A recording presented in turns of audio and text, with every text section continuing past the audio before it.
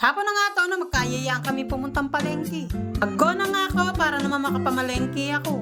Ito nga pala yung mga kasama namin, ang mga chikiting. Abang on the way nga kami sa palengke, nakasalubong pa nga namin itong si Ate Kia. Pauwi pa nga lang siya galing school at naglalakad nga lang siya.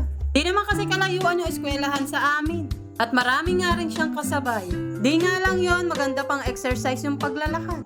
At habang papunta kami sa palengke, dumaan na nga muna kami sa gas station. Ano ba naman kasi, namamatay na nga itong motor.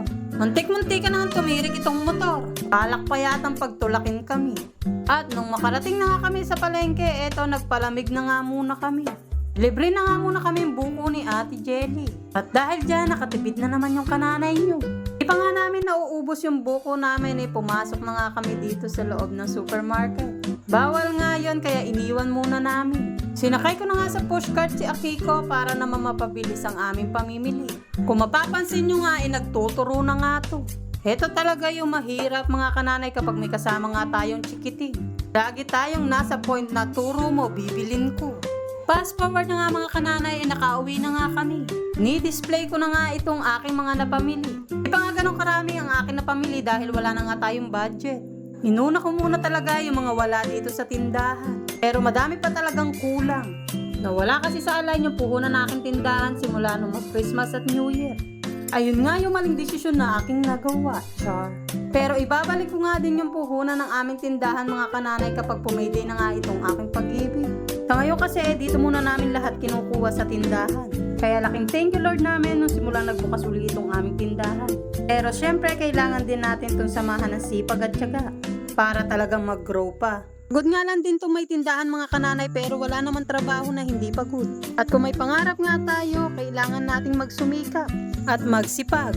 Hindi nga natin maabot yung pangarap natin kung wala tayong ginagawa at puro pangarap lang. At syempre higit sa lahat, kailangan natin ng samahan ng dasal. Lagi niyang tatandaan mga kananay, prayer is a powerful.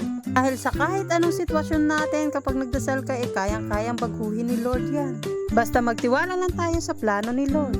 Balik tayo sa pagdi-display ko mga kananay, mas marami nga yung chichirya sa aking mga pinamili. Paano kasi mura lang to. At yung pagdi-display ko nga ng chichirya ginagamitan ko ng stapler.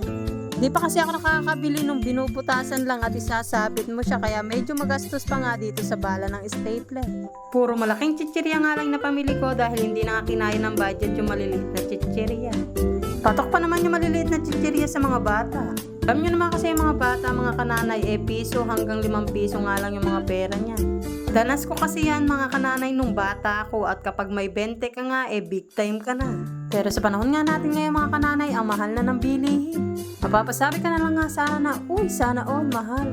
At kung pwede nga lang natin balikan yung mga presyo noon, marami siguro mga nagsibalik mga kananay. At nung matapos na nga ako mag-display mga kananay, eto na nga yung kinalabasan ng aking tindahan. Medyo naharangan na nga itong front na nawalan ng laman.